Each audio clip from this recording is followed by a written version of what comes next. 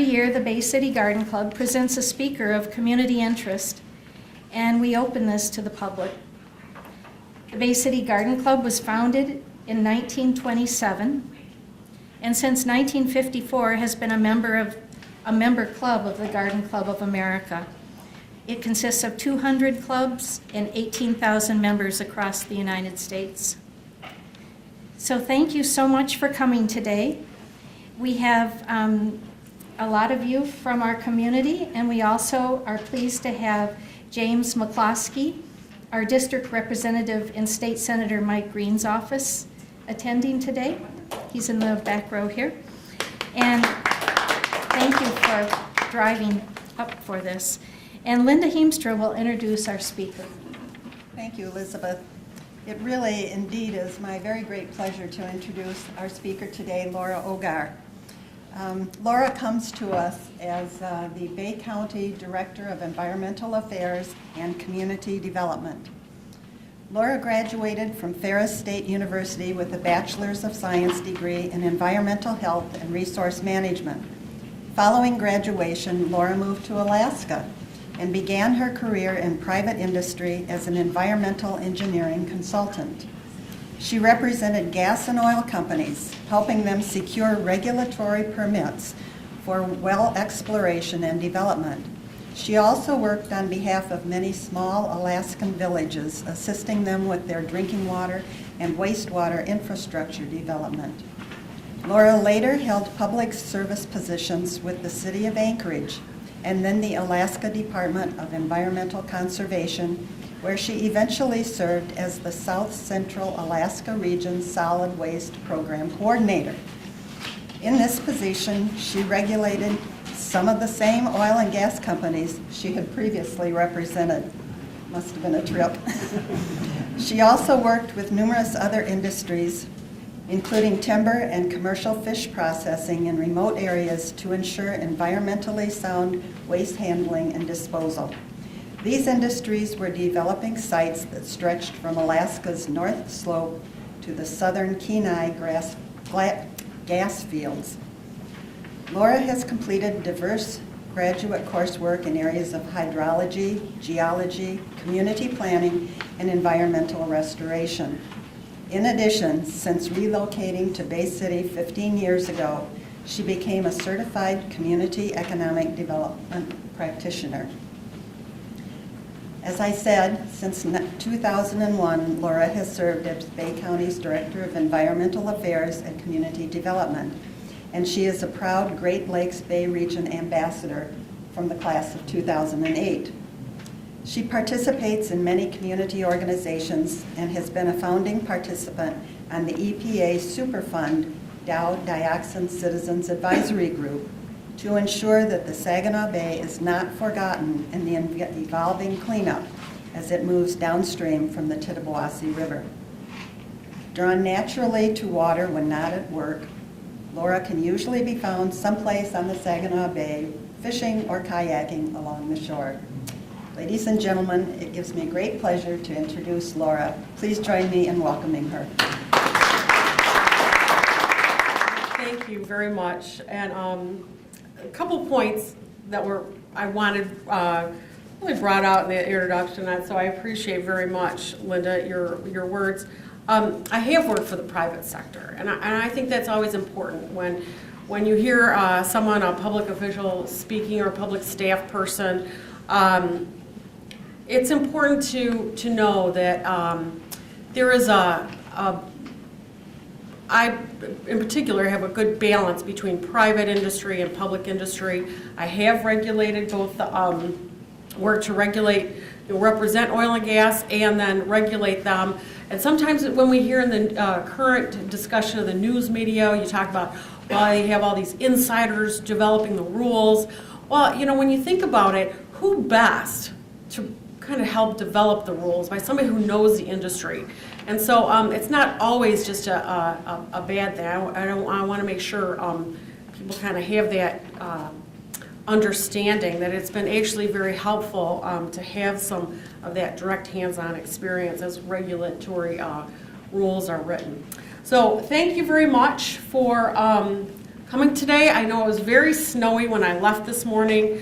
I am going to speak about restoring access to the Saginaw Bay, and kind of as I reflected on putting together this PowerPoint presentation, I kind of had to laugh because I recalled when we talk about access, it means a lot of different things to a lot of different people. But in particular today, I'm going to talk about several different initiatives that are underway. I do work at Bay County on environmental affairs and community development issues, but I also work with the many organizations in the community. Ryan Carley with the Chamber of Commerce is here today. We've got the Community Foundation is very supportive of shoreline access. It's been on their forefront on the roadmap. How many of you have heard about the roadmap to the future by the Community Foundation? That's looking at economic issues as well as our social and environmental features. And of course, they're all interrelated.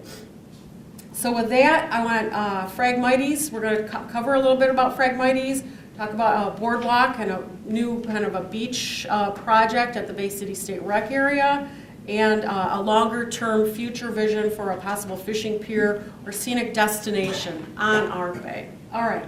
One of the things I wanted to point out is that, oftentimes, when we talk about some of the projects that the community is involved with, it's important to recognize that this is just a snapshot in time. I can tell you today what we're working on and what's going on, but many people for a long time have been working on these very similar issues. I know in particular on the Saginaw Bay, I found fishing access studies about where can we do shore-based fishing back from the 1980s. Boat launch locations. As a result of some of those studies, we've had some boat launches developed along the Saginaw River, but still none on the bay. Visual access, believe it or not, when we think about access to the bay, that was the last thing I thought about. When I first moved here in 2001, I came up with my sister and we drove up I-75 and had a map, and I'm like, let's go see the bay. And we ended up at the Consumers Energy Gatehouse on Pine Road, which they wouldn't let us in to see the bay. And so then we kind of recalculated looking at the map, and we ended up over at the state rec area, then the state park. And even that was a little challenging. Phragmites were growing at the time. This is 2001 time period. So visual access, who'd have thought? But visual access is really quite very limited in the Saginaw Bay area. Emergency response, again, shockingly, we've had some stories, people from the northern Linwood, Pinconning area attend some of our meetings through the Saginaw Bay Coastal Initiative. Folks from around the bay, we get together once a month and kind of talk about some of these common issues. Emergency response. Phragmites being so thick up in the Pinconning area in the wintertime that a woman had seen and had what was happening on the ice fisherman, snow machiner had fallen, his machine had gone in through the ice. Emergency response could not get through the Phragmites. They could come up to the road end. This is with ice on the bay, right? Could come up to the road end, but couldn't get past that barrier. They eventually did, but it delayed that emergency response.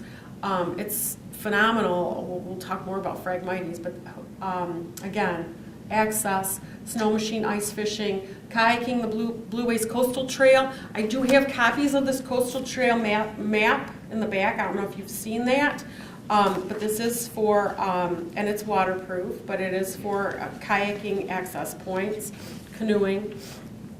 And then of course, our economic development strategies. We can't shake the importance of our location. We are Bay County, Bay City, and yet again, the Saginaw Bay is such a critical feature to our community, to our economic livelihood, and in each analysis, environmental or economic strategy or research that have gone on through, this last one was in the 2004 time period, even the 1980s. our success, our economic success is linked to the Saginaw Bay as well. I'm going to have enough time here at the end, so if you've got questions, I've got a lot of slides to cover, but if you've got questions, please feel free. We're going to have a lot of time to go over these. Public access. So again, when I was putting the slideshow together about restoring access to the Saginaw Bay and thinking back about the big meeting at the Doubletree Hotel with standing room only, where people were talking about all of these different types of access, I thought, well, maybe I should say restoring public access to the Saginaw Bay. Well, then I have this map, and it's not a great map, but this is when we started developing the Blueways Trail map. We ended up having to inventory when we're going to develop a map to show where you can take your kayak and access the bay. When we started looking at where these locations are, we had to inventory, right? So we started inventorying these spots around the bay. And I have to tell you, what we found was shocking.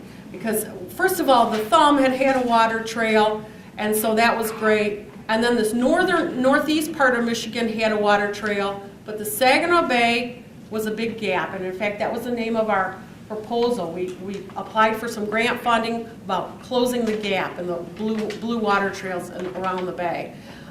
So this yellowish golden color, when we started doing our inventories of where are these access points that we can put in our kayaks or access the bay, what we found was pretty amazing. We found all of this goldenrod color are all publicly owned properties. Over here, the length over here is Wildfowl Bay. It's got over 2,300 acres, over 20 miles of shoreline, is designated, protected, DNR wildlife areas. And you're gonna, this is important because this is a point that we're gonna come back to here very soon. This area over here is Fish Point Wildlife Area, almost 6,000 acres through here, over 12 miles of shoreline. Quantico down here has got almost 1,500 acres, 5 miles of shoreline. This area right here is Nyanquin Point, just over 1,000 acres, 4 miles of shoreline, coastal shoreline, and then this right here, Wigwam Bay area up here, this is just recently expanded, but it's got over 7 miles of shoreline. So in 130 miles of shoreline of Saginaw Bay, the inner Saginaw Bay, we've got almost 40% of it is owned by DNR for wildlife preserved areas. And when we talk about wildlife preserved areas, that means you or me or your neighbors can't go walking through there casually at any time they want to. When we were mapping our Blueways Trail, we found that while these are publicly owned lands, it does not allow for casual public access through that. Those are preserved for wildlife habitat, bird nesting, and hunting. It's managed for hunting, so from September to December, it's pretty well off limits altogether. But that's just those larger areas here, Quantico. That doesn't count some of these smaller areas along the shoreline. So that was pretty significant. So realistically, more accurately, what I'm going to be talking about today and what our real efforts have been focused on lately is restoring human access to the Saginaw Bay. And while that seems kind of unbelievable to talk about that, and again, in 130 miles, Bay County has a Pinconning Park. And of that Pinconning Park, we've got like 1.5 miles of shoreline. We really, for public use, human public use, we've got less than 500 feet that we're able to maintain, meaning keep the Phragmites out and leave it open for beachfront. And again, beachfront, this isn't necessarily like we want to have Clearwater Beach. This is just really, paddle boarding has become very popular up there. Kite surfing is dynamic. Kayaking, and job growth, economic development. We have a little new business up there. There's a little kayak rental, there's a concession up there, and a very successful operation. Talk about small businesses where things happen. This is as a result of some of this, both the water quality improvement, the trends for water quality improvement that have been happening over the last 15 years, as well as in our 500 feet of shoreline. And Bay City State Rec area, that shoreline at that park is over a mile long, and again, we have 1,200 feet of it available, groomed for human use. So Phragmites.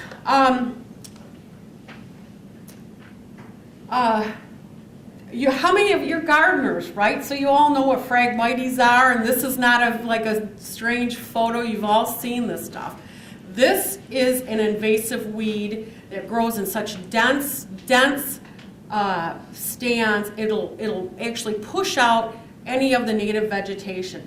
Quite honestly, deer reluctantly will go through this. Even in the water, fish cannot swim through there. The root system is such that it's just almost creates this netting where fish can't even get through. They say that Phragmites can grow 15 foot tall, but around the Saginaw Bay, we've seen it 20 and 25 feet tall. So one of the things is when I first got here, I will say I heard about these people who were mowing their beaches and this big brouhaha about people who lived on the water along the Saginaw Bay who were mowing their beaches, and the feds, the U.S. Army Corps of Engineers was getting involved, and I really didn't understand it. Well, this is what was happening. Remember, in 2001, we were still in the low water period, and this invasive weed had taken root and spread just voraciously around the bay. So what we've seen, and again, because we have these natural wildlife areas that are pretty well unmaintained, they're natural, this invasive species was able to really get a real good hold within the Saginaw Bay. Oops. And because it grew there was no activity, no active monitoring. So Quantica C was really high density, Niagara Point. I think a lot of people started seeing it like I did at Bay City State Rec area down here, where our one little visual access site to the bay, it was a wall, a complete wall. It was blocked off. DNR did start treating along the Saginaw, around the state park, and then U.S. Fish and Wildlife gave us some very small $10,000 grants, and I got to tell you, between us in Bay County and then up in Aranac County, their conservation district, Aranac County started treating, working down south this way. We started at Pinconning Park and we started working north, and then we started developing some treatments south of Pinconning Park. This was probably about 5 years ago, and I have to tell you, the protocol for these large, untreated areas where you have like that photo where it's thick, where it's dense, the only thing that's going to treat that is aerial treatment. So we had helicopter spray treatment come through there, spray that in the fall with a plant, and it's been interesting as we found, like I said, this was about 5 years ago we started. The protocol is to spray in the fall. So what's fall? Your gardeners, is that August? Is that like after August 30th? What's fall? Well, what we've learned, and believe me, this Saginaw Bay area is almost a demonstration pilot or demonstration area considered for the rest of the nation. There's pockets of Phragmites on the East Coast that they've been treating for a while. There's actually pockets of Phragmites now in Salt Lake City, Utah area. But as far as restoration on a large scale, this is a really unique effort that we're taking on here. We've done it over the past 4 or 5 years on very small amounts of funding.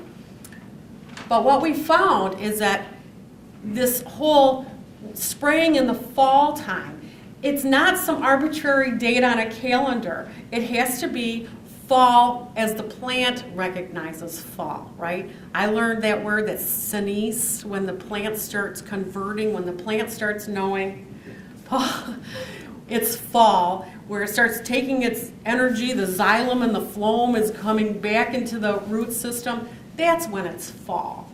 So you can spray this stuff on these plants when they're still kind of thinking it's summertime, and you're going to have very little, reduced performance. So you want to really, we've learned after that weather starts getting colder, and as well as even if the top of that plant starts looking a little brown, we found we've still had some pretty good performance spraying it when in a true fall condition.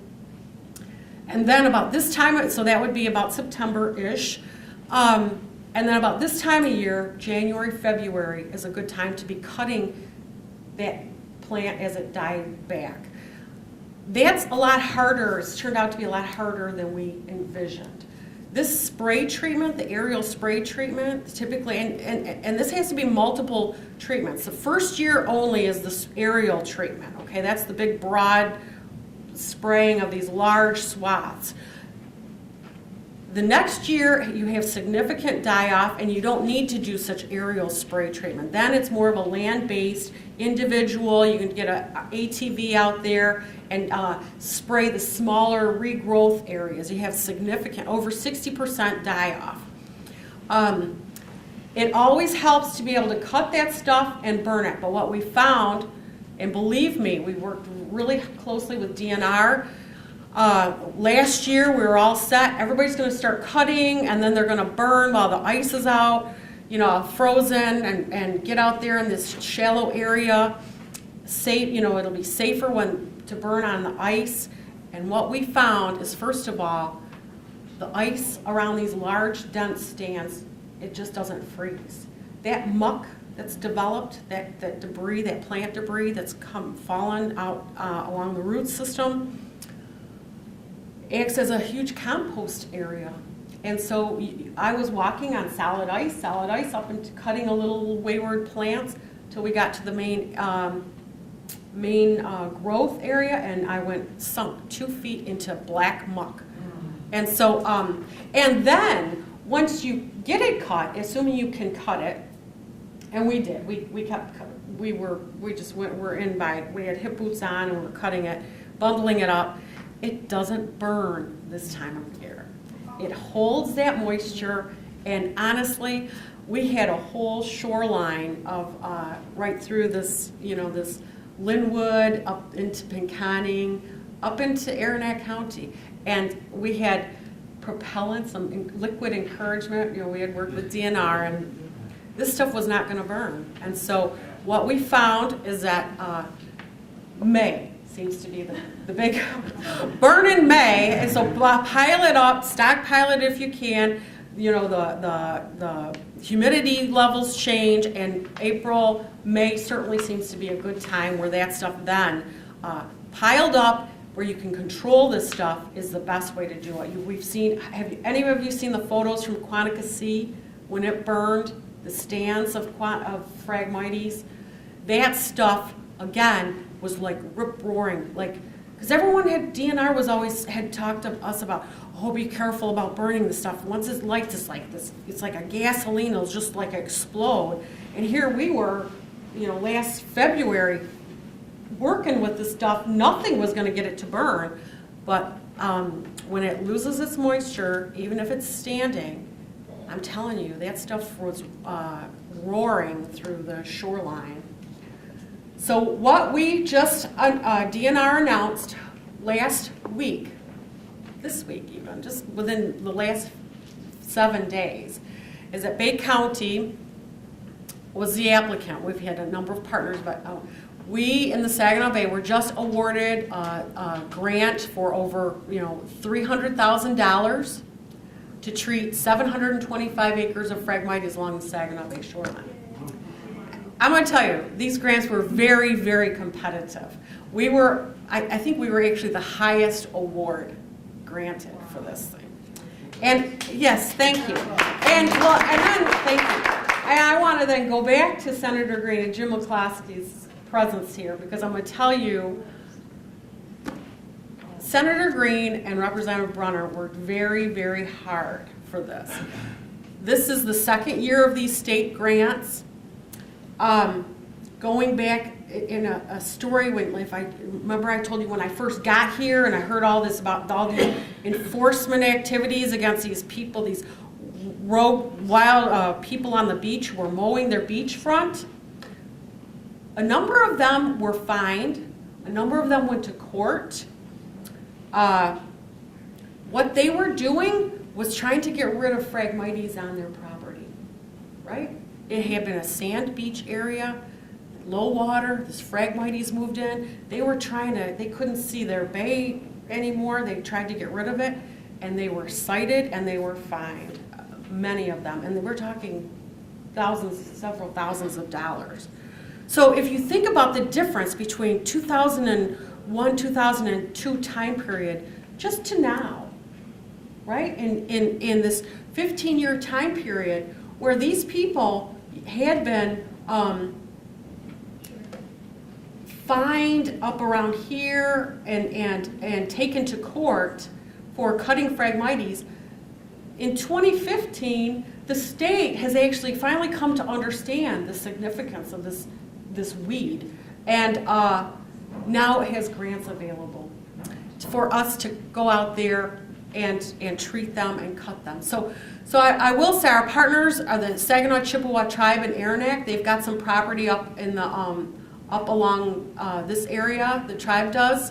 Bay County, obviously, we're going to continue some of our gaps along this northern Bay County area. Mike Duranchik, Commissioner Duranchik, has been very supportive from the very beginning on some of this. Saginaw Basin Land Conservancy has some property. Hampton Township, the little campground on Finn Road, to keep that thing open and to keep even just to keep the, not even just dredging that channel, but to keep the Phragmites out of that channel has been a real feat for them. And so they've had some problems. So this year we're going to be treating up in that area.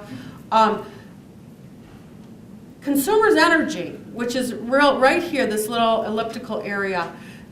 5 years ago, heading out to the bay, it was like one of those old walled Roman cities where it was just a fortress. All you could see was a 20-foot tall wall of green Phragmites at the end of the mouth of the river as you came around and out into the bay.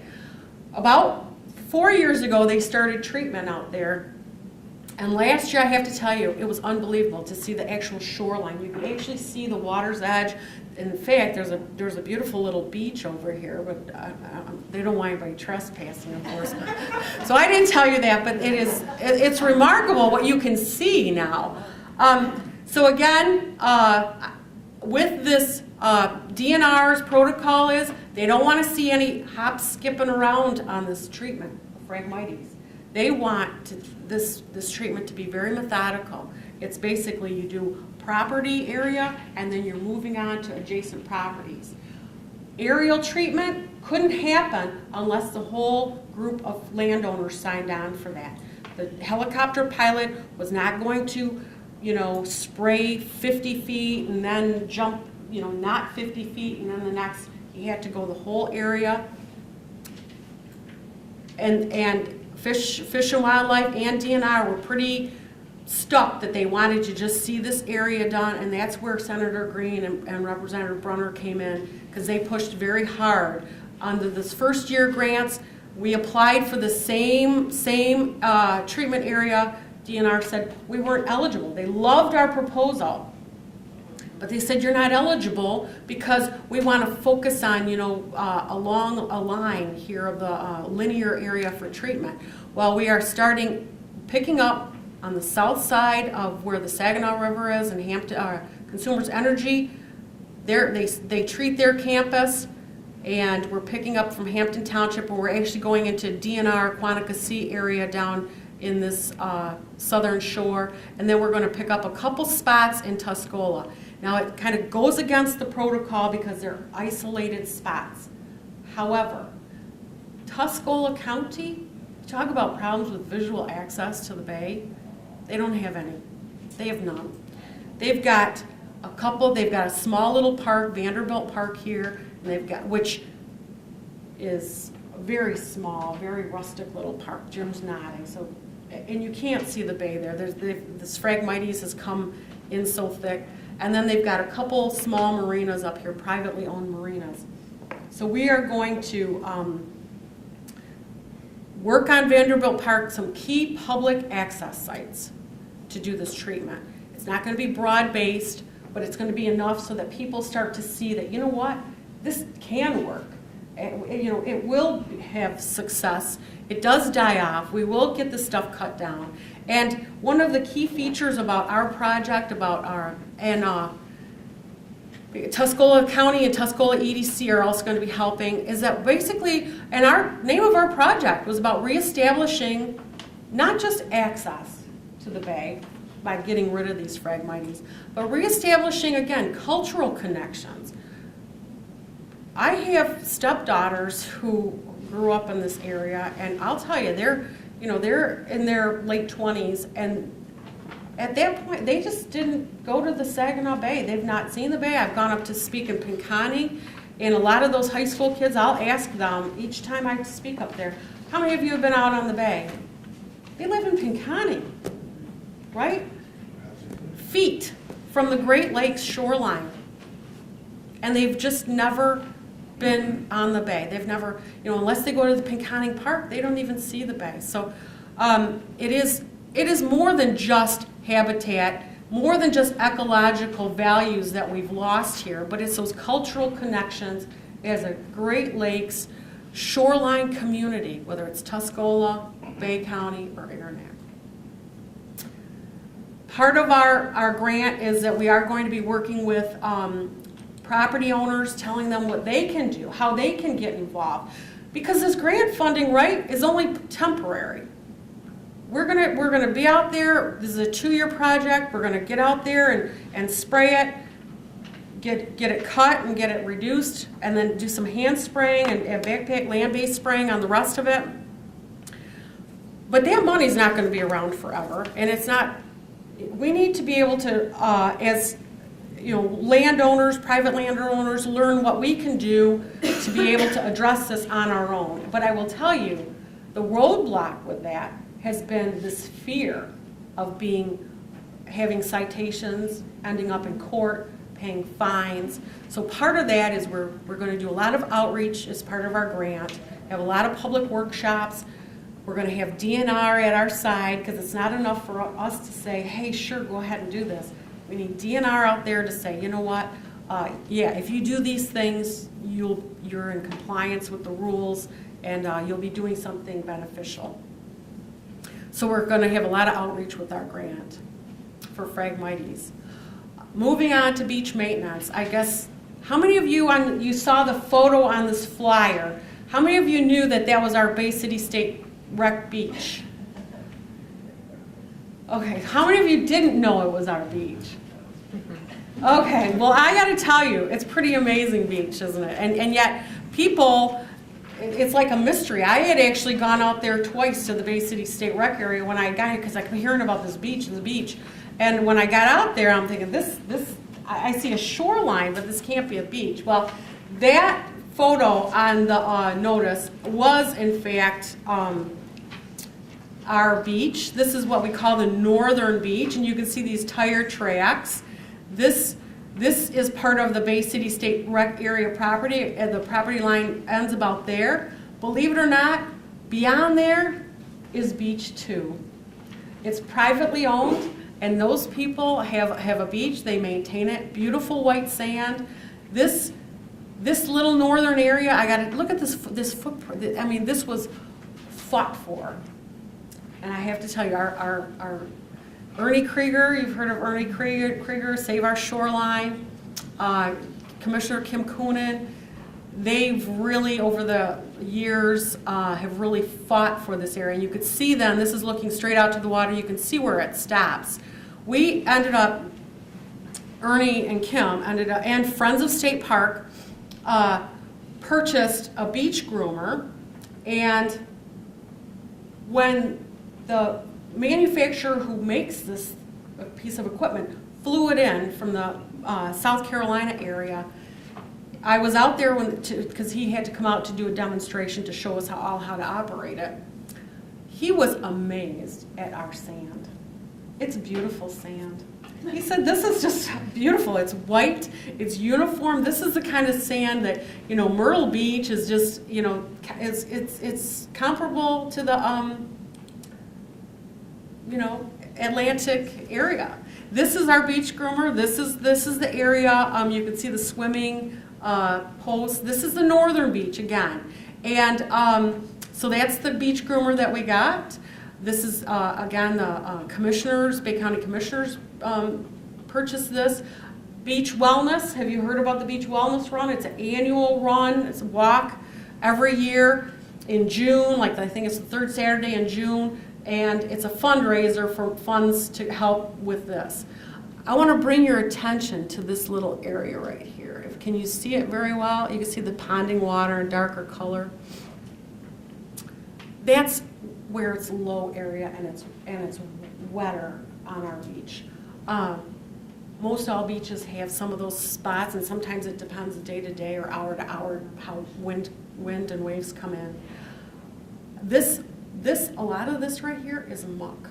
This is the muck that washes in from the bay. It's algae that washes on up to the shoreline, and this groomer is able to groom it, pick it up, collect it in this thing, and then they dump it, and they were able to dump it in these rows and then come through and pick it up and stockpile it. When this stuff dries out, even though it looks like sand, the same color as sand, it's just dead, decaying algae, there's very little mass to it, very little volume at all. When it dries out, it's just a powdery, like a dust. I bring this little area to your attention because this lower areas on the state park beach was why DNR was prohibited from doing any further grooming in the 1990s. How many of you remember the state park in the 1980s or 70s? Okay, so you remember, because I wasn't here, but I have to tell you, I've heard the stories, and people's face almost, it changes their whole face when they talk about, oh, we used to go out to the state park and you have to get there early to get a picnic table because it was so busy, and Mom would drop us off. Well, apparently this, DNR at one time would groom the shoreline. This is the shoreline. This is State Park Drive coming down here. This is the curve. This is the old water, well, now our old water plant, but it had been up until a few months ago, our current water plant. This private building, privately owned building over here. But this is the curve. You come in here, and this is the state rec area, spray park here, parking. So apparently, this is the North Beach that is currently permitted for grooming. This is Tobaco Creek. This whole shoreline is considered the day use area, pretty much from this Tobaco Creek south, because this is the day use area at the state park. This is the campground area. This is the day use. You come in, you have picnics here. I don't know how many of you have walked out here before, but this is where I came, where I would park, and I park over here, walk across this great lawn, and then I couldn't really see where the beach was. But apparently this used to be all beach. Yep. Because the muck was coming in at such great volumes, DNR had a hard time keeping up with that back in the early 90s. And when that happened, I mean, they tried, because we've all seen the photos. The rules changed too with the federal wetland regulations. So the Army Corps of Engineers and some of our state regulators started regulating the shoreline as a wetland area. And that is why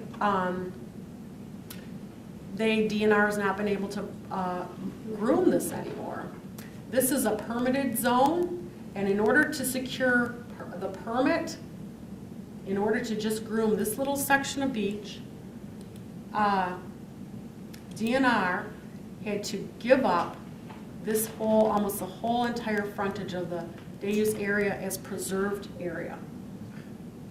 And I have to tell you, I know you've heard of Ernie's work and Kim Coonan's work.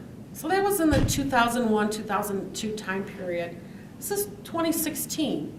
It was not until January 2015 that DNR and Bay County met down in Detroit with Army Corps of Engineers and really fully came to realize that this area has deed restrictions that were placed on it. In order to get, first of all, they only gave us 600 feet.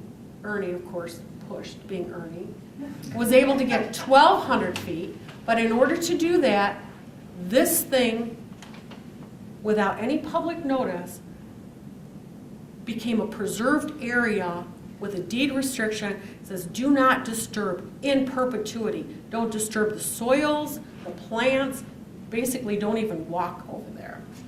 So, and you know, in all this work, I mean, that was the first time we had actually really learned that. Now this is not, this is also a preserved area. This is a permitted beach. We're talking about a proposed activity. The Corps of Engineers, this is kind of where they've identified where our boardwalk can be. We wanted to, DNR has offered to say, hey, listen, we're going to allow for a boardwalk to cross the wetlands to this foredune area. You can do that. Basically having, this is the wetland areas. Let me just tell you something else that we just kind of discovered in our research of this site. Because back in the early 90s when DNR was wrestling with this muck coming up here on the shoreline and they were stockpiling that muck, you saw what it looked like. It looked just like sand, right? The Army Corps of Engineers had come out there and said, hey, you're moving all the sand around and you're violating wetland laws. Therefore, in order to do compensation for all this disturbance that you've done on this public beach, we want you to come away from this Tobaco Creek area for 450 feet, which is about right there, and start here and remove all of the sand down to water. And so they plowed all of the sand and they dumped it over here and dumped it in some of these other areas. And they were required to remove sand on our beach. So when you walk out there today or last fall or this coming spring and you cross this lawn and you stand out here and it's all wet and it's not how you remember it, it doesn't look the same, it doesn't, in my mind, never having seen it before, I'm thinking, I keep hearing this was all beach area, and I'm thinking, it's hard to visualize because this is all a big wetland area now. Really, water. That's because this sand was removed. They were required to remove the sand down to water, still low water levels. When that water level came up in 2014, this thing flooded, and and also DNR took plants, wetland plants, from this Tobaco Marsh area and planted them down here. So when you hear the experts tell you that the seed bank is still thriving, that the seed bank, of course it's a wetland, it's got the seed bank that's still viable, those were borrowed. These were ripped up from Tobaco Marsh and planted down here. No one knew that until just a few months ago. So it's amazing. It's just amazing. Okay, so this is what our boardwalk. This is just a similar picture of what we're envisioning. DNR has been saying, we all knew, a year ago that these deed restrictions had to be dealt with. The Corps of Engineers is saying, you know what, the boardwalk's going to be an intrusion. We will let you put in a boardwalk and do this beachfront area. DNR said that. But again, Senator Green and Representative Brunner are currently actively, week by week, working with these folks. Right, Jim? You are correct. Probably even today. Good. At this very moment. Good. Because they are, yes, let's give them a round of applause for that. Because now it's not just the local Bay County officials that DNR is talking to, but now the DNR has assured the senator and the representative that this boardwalk and the Groomed Beach area will happen this spring. So we are looking forward to that. And we're looking for updates. So basically the boardwalk would come out from the spray park area. This shows it here between these two, the spray park and the play by the bay. Boardwalk would cross these wetland areas, and then this foredune. This white area is still sand. You know, underneath, and this gray is the muck that's up on the beach. So what we're gonna be able to groom this shoreline. Keeping in mind, the plan has never been to put in a strip mall, right? It's just simply to remove the muck on the shoreline. That's all. That's all. So even if you want to take a hard line about these preserved areas, about do not disturb the soils, you know, the muck categorically really isn't a soil, it's vegetative material. And so, I mean, that's really, and this 1,000 feet was supposed to be a first step. The really bad copy of that you have, this talks about this lakefront and beach access study. I just kind of Xeroxed off the executive summary there. But this was just a first step, the boardwalk and 1,000 feet of beach. Once this went in, this was supposed to be the easy part. Then we were going to re-examine the use. Do people actually use it? Was it worthwhile? And if so, then another second step would be looking at doing the whole beach then. So that was the deed restrictions would stand in the way of that. You can see this muck. This man, this is actually Jeff Cart's father. You see, he came out of he wanted to walk down to the shoreline. He bet Jeff he couldn't do that. Well, he lost his shoe coming out and he lost the bet. This is all muck. This is all dead, decaying algae. This is, again, a study that was going on. You can see this researcher trying to get down to the water. This is that trough of muck up on the sand. So this is the wetlands that they want, and that's why a lot of those wetland plants have flourished in that shoreline area. But again, the partners, Chamber of Commerce has been very supportive, Community Foundation, Friends of Bay City State Rec Area. It's important to mention these partners because, again, many of you have probably worked on waterfront issues, you know, over time. But this is our latest iterative effort. The Great Lakes Convention and Visitors Bureau, concerned citizens that have participated, Senator Green and Representative Brunner, Tom Hickner. I don't usually include politicians, especially on election year, but I'm going to tell you genuinely, if it had not been for Tom Hickner creating this department that I'm a director of, the Environmental Affairs and Community Development, working with the Bay County Commissioners, people just don't have the time. You know, we were able to focus on this because this department exists and because these folks genuinely recognize the value of this. Paralian Pier. This Paralian Pier was located at the end of State Park Drive. And even though we have all of these vast wetlands that we have, one of the things that the wetland studies don't ever mention, because they were just studying wetlands, right, and doing these inventories of wetlands, but the Saginaw Bay, the West Coast, had beautiful white sandy beaches. And on a lot of our beaches, we've had summer resort areas. They were well-known summer resort areas. The attraction cars, the trains would come up. This area, this is the turn of the century. These are bathing suits, and they're wool. But this is an old pier out at the Winona Beach, the casino. You've seen those stories of the postcards. My husband in particular, again, his face changes. He remembers saying his grandma took him to ride on the Jackrabbit, you know, the roller coaster out at this site. And so, you know, it was dismantled in the 60s. But this Paralian Beach dining room, this building was the old water pump station before our current old water pump station. Right at the beach on State Park Drive. This, anybody know what that is? Yes, yes. Ron Bloomfield had to point that out to me.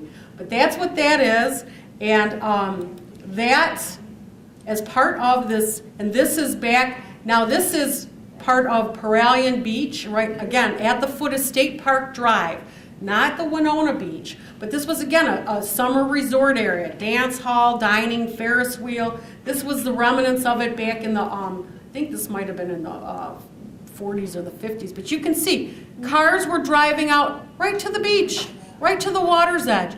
Those people enjoying our bay, can you imagine? So this is like, this doesn't look like any wetland we've seen. I actually had some photos, a gal from Saginaw, the Hardin family had sent some photos. Again, wool bathing suits back from the 30s from out here. But this is a kind of an aerial shot of it. The pump station, the old one was down here, but there we've done some bathymetric studies. In order to be a viable fishing pier, it has to terminate in at least 6 feet of water. Back several years ago when this thing was measured, it would have been about 800 feet long if we were going to put a pier in. Water's come up a couple feet, so obviously the water fluctuates. We're not going to target, be able to maintain the water level. But I will tell you, I have caught whitefish in 3 feet of water right offshore here. So whether it's 800 feet, 600 feet, this could be a fishing pier, scenic. Where do you take your people when they come into town to see the bay? You know, if Tawas, right, Oscoda. But we've actually talked during this lakefront beach access study, again with this planning team, looking at incorporating when the city is no longer using this particular pump station, when it's no longer being used, which currently is no longer being used, they still need to decommission it, but possibly tying this property in with this lakefront, this DNR-owned 6.7 acre parcel, and having a visual access pier, a sight fishing pier. So developing this whole corner as you come down State Park Drive, it would be that corner off to your right, just before the road ends. So next steps, of course, you know, there's a laundry list in here what DNR wanted to see happen before they would consider it. But they did agree. If you go through all these steps, cost benefit, marketing, siting feasibility, preliminary design, and everything pans out, they said they would consider either leasing that property or actually conveying it for that purpose, for a site destination. Then the next questions are always, well, who's going to own it and how much is it going to cost? A lot of those questions will come up, you know, preliminary design. We're hoping that will inform the process of how much it will cost. But this Superfund site that Linda mentioned, but you know, the Dow dioxin cleanup, we can't get away from that. That's real, the bay's included in the area. While they're cleaning up the Tittabawassee right now, they'll move into the Saginaw River. Logic shows they will probably not be vacuuming up the Saginaw Bay for dioxin. You know, they've done a lot of testing. There are some hits of dioxin. On occasion, after the vast sampling, every once in a while they'll come up with a hit of dioxin. But so there will be, like the PCB cleanup, there will be a settlement, and possibly we are looking at using that funding to then do, you know, reestablish this connection. Water quality has improved in the bay dramatically over the last 20 years. People who used to turn their back to the bay, turn their back to the river, now want to explore it. They want, you know, we have healthier living outdoor lifestyles. People want to get outside. There's, you know, I guess it was funny, the title of this, you know, do we continue the do nothing approach? Do we leave this the way it is? This is all Phragmites here. There's an eagle's nest that's kind of taken host right in one of these trees. Eagles, I got to tell you, are very adaptable. Well, I won't tell you the stories I used to see of eagles at landfills in Alaska, but they like they're very adaptable birds. And a lot of times now, what you can do is, while you don't want to disturb the nesting period, no construction occurs during the nesting period. Once that fledgling is up and flying on its own, certainly construction can occur where you're not disturbing that the success of the nest. So again, restoring access for people, human access. This is the park. This is in Spain, but I just love the dynamic. I mean, why not, right? It could be us here. This is a Oscoda Pier, Oscoda Township Pier, by the way. This is 500 feet over the water, $900,000 that cost. In fact, we had some local expertise work on this, so it's not like we don't have that expertise in this community, this engineering and design. So I just, whether we have a pier, again, we've got a lot of challenges to cross before we get there, or just a beach to walk in front of, walk out on. That's our goal, and that's what's happening in your Bay County. So thank you very much. So, you've been very patient. So are there questions? Yes. I just want to applaud you and your team, the senator and the representative, because we live, my blood pressure is going up. That's good. I've tried to keep mine calm with this deep breathing. We live on Township Beach, the first beach, private beach north of the rec area. And I went through, it was harassment when we were trying to maintain our beaches. And what you have done since then is just remarkable. So I applaud you. Well, I will accept, thank you very much for Ernie and Kim and Bob Redman. I mean, just really a lot of work. And it did surprise me here that they took the seedlings from Total Marsh. And it was a secret over there. Wasn't that something? Isn't that something? And you know what, I gotta tell you, this area is almost like notorious for, I hate to, the only label I could come up with is bad science. Because, I'm a scientist by nature and training, and I have to tell you, I've worked on very large sites, and it's shocking. It's just shocking here. People talk about, like I said, the seed bank and how this is just this natural wetland, and again, I couldn't envision it, and then to see that this had been borrowed, never transplanted wetland plants into this wetland area, this beachfront area, and it's not part of the record. We had to FOIA and do extensive record searches to even discover it. We weren't looking for that. Muck on the beach. When did that start, right? 1930s, 1940s, got bad in the 50s and 60s. That's the old pictures of the bulldozers on the beach or DNR. Well, we'll have experts tell us in these big, research presentations that the muck is from, the zebra mussels. And it's like, the zebra mussels came in the 80s and the 90s. The muck has been here much longer than the zebra mussels.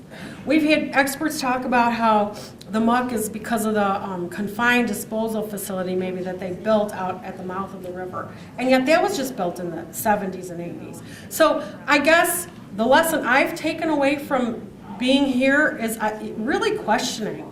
If there's something that doesn't sound right, you know what, it's important to question that, because NOAA did their 5-year multi-stressor study. You've heard about that. The National Oceanic Administration had come in here, a leading federal research agency.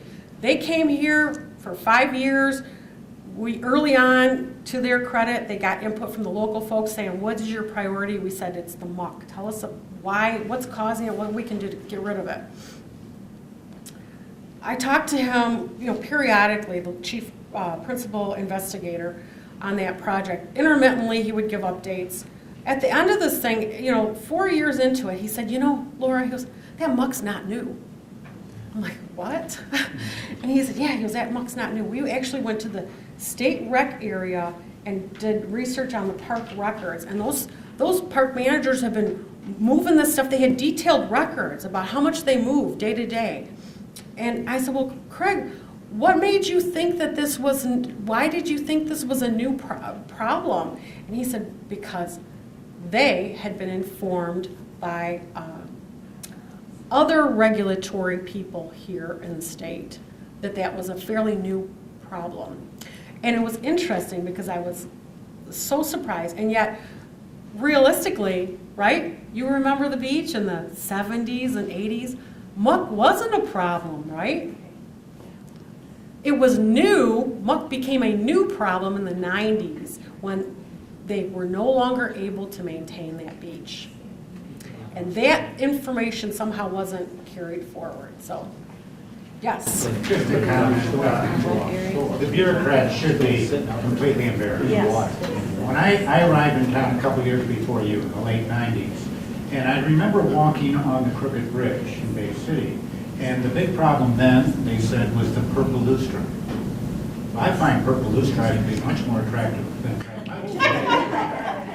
and we could see over it, and we saw color. But anyway, we found that they brought in a little bug that took it down. So all of a sudden, we don't have anything there. And then we had a few Phragmites. And then we had a lot of Phragmites. And then we had insurmountable amount of Phragmites. And if we only could have done something when we first started, we might have not had quite the problem we have today 15 years later. Right. It's a travesty. Right, and they are looking at biological agents like a beetle that they are looking, or fire. But you're right, and the longer these things take root and are in place, the harder they are to get rid of. They're just much, much harder to get rid of. But yeah, you've That's got my it. question. Once they're removed from an area, how do you keep them from coming back? Okay, well, for treatment, when we're talking about treatments, this chemical treatment, again, it's typically at least a 2-year treatment, okay? The aerial, then the land-based spraying. After that, I mean, we've seen significant die-off after that first year, over 60% die-off. And then hand spraying the next, okay? And then it's really a matter of maintenance. It's a matter of having those, and there's some properties on the shoreline that I've been tracking for the last several years. They'll still come back, but it's something doable. Then you can cut it yourself, hand cut it, spray it, Roundup, you can spray it. So it's really that maintenance. Eventually, though, it's maintainable. So it's not like we're going to get rid of it. Even purple loosestrife now is kind of, you're seeing it more and more. So once that root system is established there, it just becomes a maintenance issue then? Well, it will significantly die off. And there are places where it's, I don't know if you've seen White's Beach area. Going up there is beautiful now. I mean, it used to be what that photo looked like, a dense wall of Phragmites. And now it's open. There's some natural vegetation coming up. So it's not like once they're there forever. No. But I will say it's a forever being vigilant about it. And you know what? And that's just one. There's also a new one called narrow leaf cattail that looks just like our warm fuzzy cattails that we all love. But when it starts, like, it's almost like, I mean, I hate to use the analogy, but it's like a cancer when, you know, the cell's dividing rapidly, and it's a cattail that looks fairly normal, but when it starts just to be so thick and so invasive that just starts replicating, and then you know it's an invasive variety, and they've done DNA testing. These are not, it's not the same, you know, there are distinct differences in this type of invasive type of plant. Yes? Have you been spraying with copper sulfite, or are you using something organic that won't be bad for the environment? You know what? We're using Roundup. Really? Glyphosate. Yep. Yep. And what we've seen, quite honestly, is that, you know, it becomes inert fairly quickly. And that seems to work really well. To be sure, use a lot of the stuff you see in the shelves is pretty weak. Right. Use a 40%. You gotta use 40%. Yeah, and I would add, it has to be the aquatic derivative. glyphosates are not all created equal. There is an aquatic formula that is safe for aquatic systems. And quite honestly, again, I will say firsthand, I've sprayed, and 2 days later, I've seen the frogs jumping around where I've sprayed. So I appreciate your comment, and I'm always reluctant to use any type of chemicals. That is something that was used on the edges of lakes in Florida, and when that bled into the water, it was killing the fish and everything. So this is a different compound. It's got to be the aquatic-based formula, because this does not. I mean, we've seen it. Yes? I moved here in 2010, and I was always amazed at the state of State Park. And I'm just wondering, who benefits and how do they benefit by leaving that stretch of land as wetlands and ignoring it, neglecting it the way that it's been done? Thank you. What do they get out of it? So the question is, she's been here, she's looked at State Park, she goes, who benefits from leaving that water frontage as wetlands? Is it financial? Is it? It's a very small group of very vigilant environmental wetland specialists at the state, and that crosses borders with DEQ and DNR. So DNR, there's a parks division. Those folks out at the state park have worked very, very hard to keep that thing up. They've been overruled by their own internal folks for this wetland area. And that's why I spent that time with that one slide talking about the miles of shoreline for ducks and wildlife. We love that. That's also helpful to our community and our Saginaw Bay, a very, very productive area.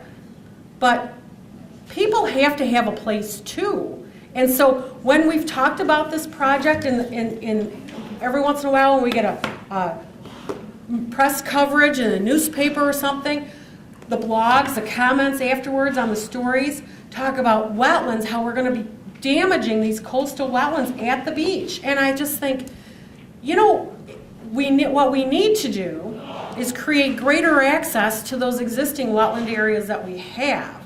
Put in boardwalks. Hunting, some of those wildlife areas were funded with hunting ammunition taxes and revenues, and so they're set aside for birds and hunting. So I understand that, but hunting, people are hunting less and less anymore. But if they have mixed use, a boardwalk, Saginaw Basin Land Conservancy is working really hard on trying to help that process. We have a little bit of mixed use out there, but who benefits? Just, you know, a handful of regulatory people, and realistically, do you think about who's harmed? This is not just Bay County. We're the Great Lakes Bay region, right? You can see Saginaw Bay from satellites in space easier than you can from the highway level, ground level here. I don't Yes. understand why they have so much power. It's really amazing. And you know, this is not, again, I'm so glad Senator Green is here today, represented here by Jim McCloskey, because this is not a done deal.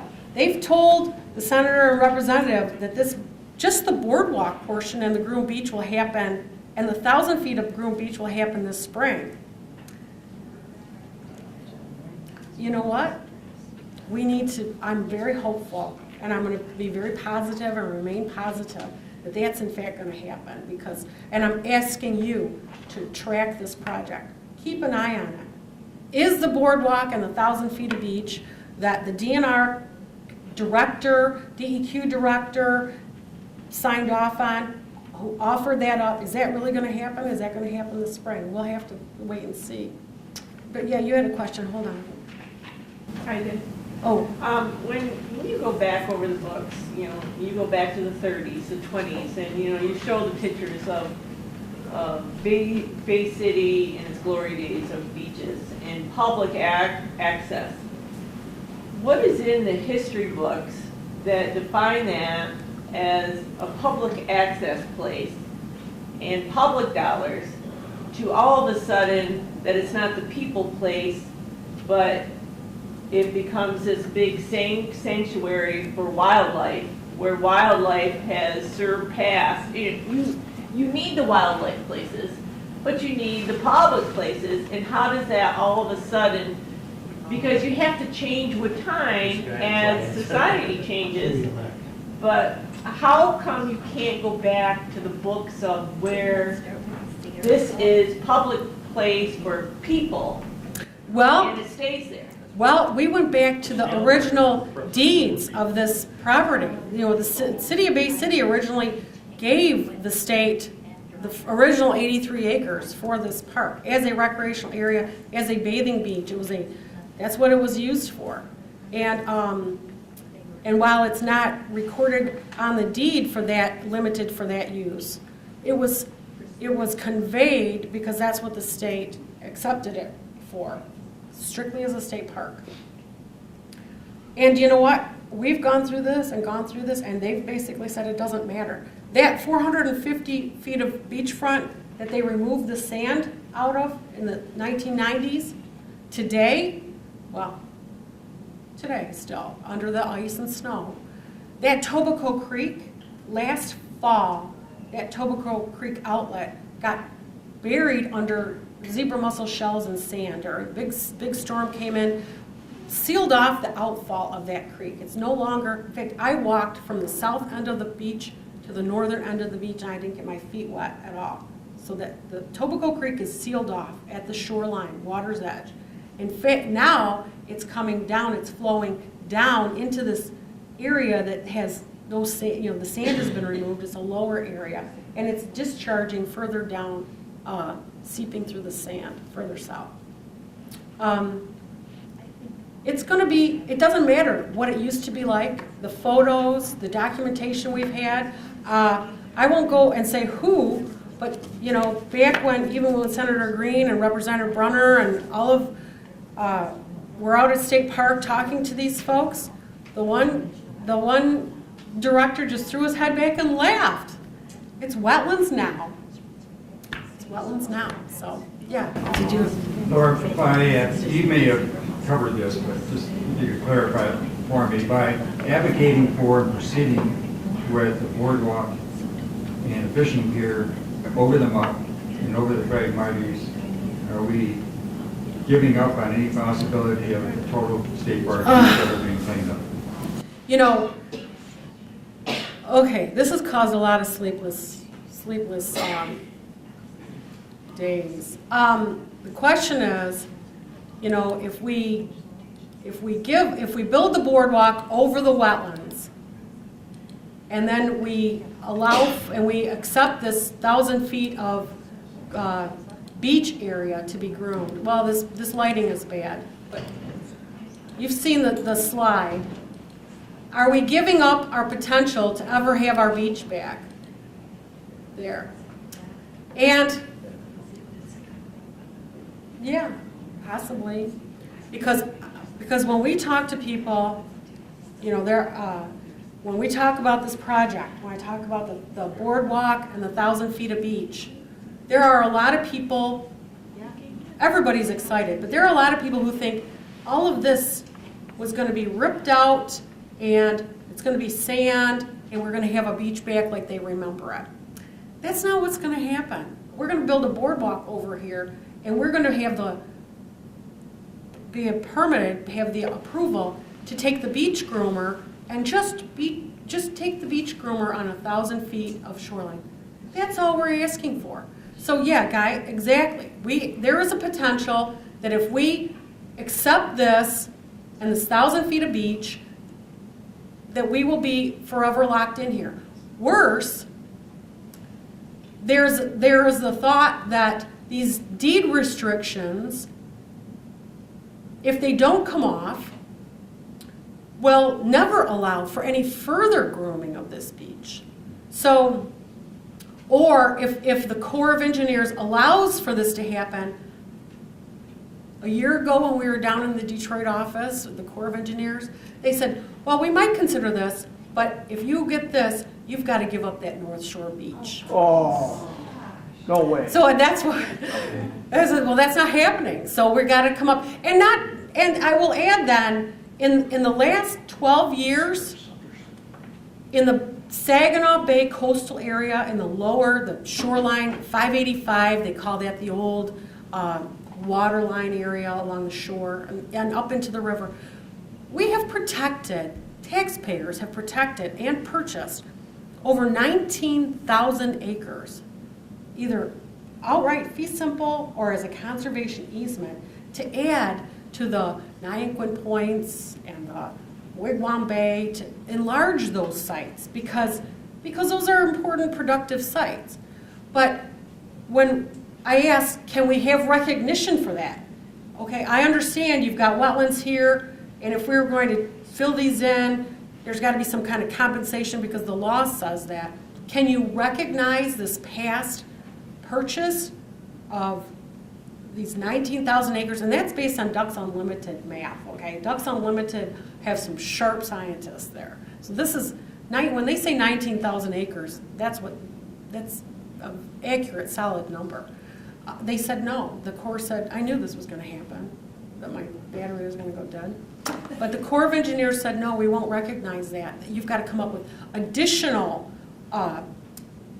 coastal wetland areas to buy or create somewhere if you want to fill that in. Well, quite honestly, I will say where I've come around, I would be happy with this boardwalk and 1,000 feet of beach right now, because eventually, I'm going to tell you something. This is a natural depositional zone.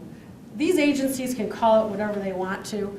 This sand, this jagged edge that you see, is because every storm event takes sand from this beautiful white sand bottom bay and throws it up on the shoreline in this location.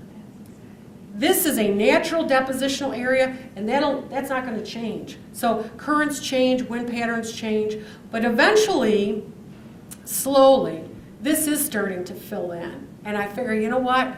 Let's get a beach where we can walk on it, at least walk, because you can't walk. If the beach is not groomed, you saw Jeff Cart's dad.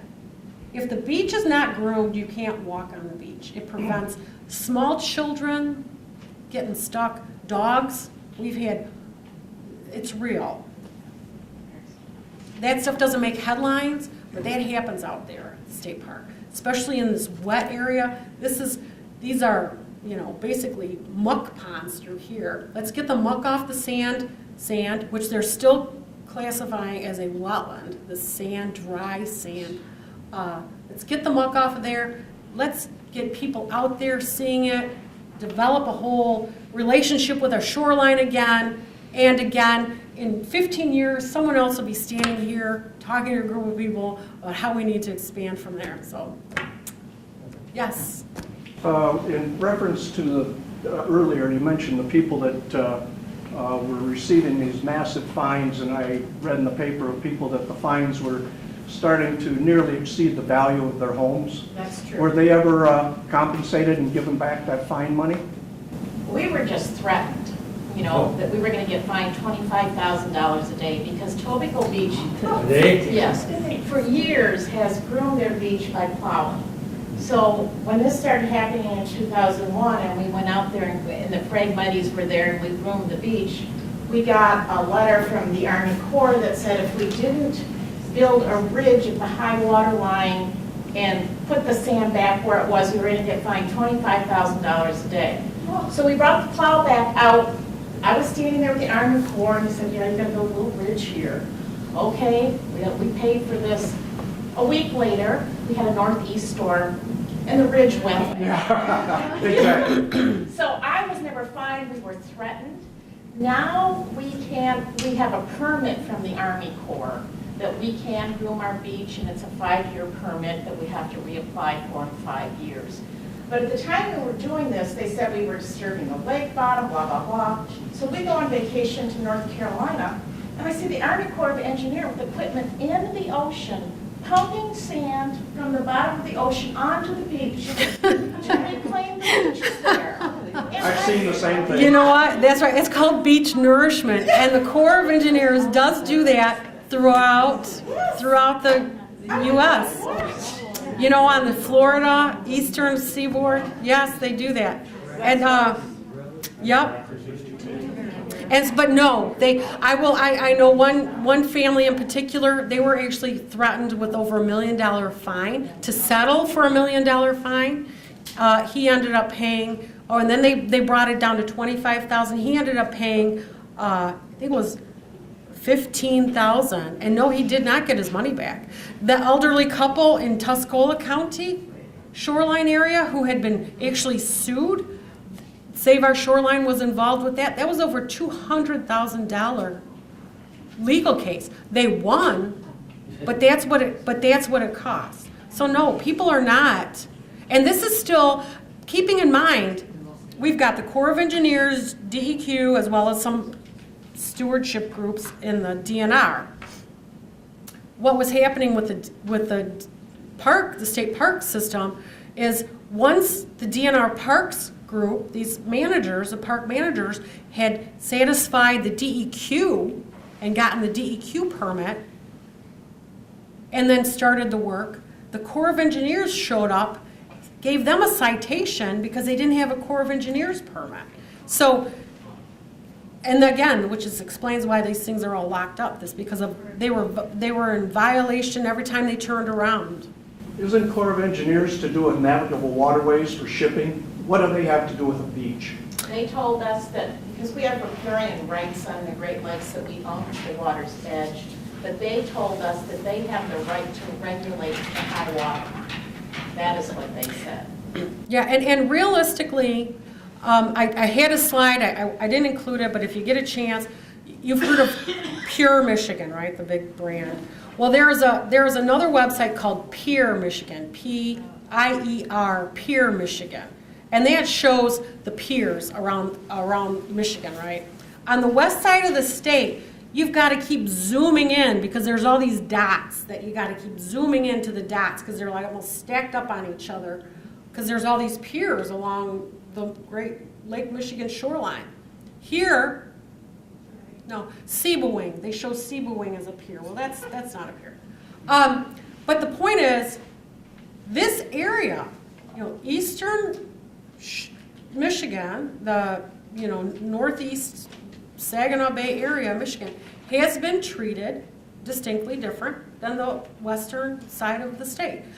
Fish and Wildlife Service, I went to the state wetlands conferences to kind of talk to people, say, hey, what can we do here?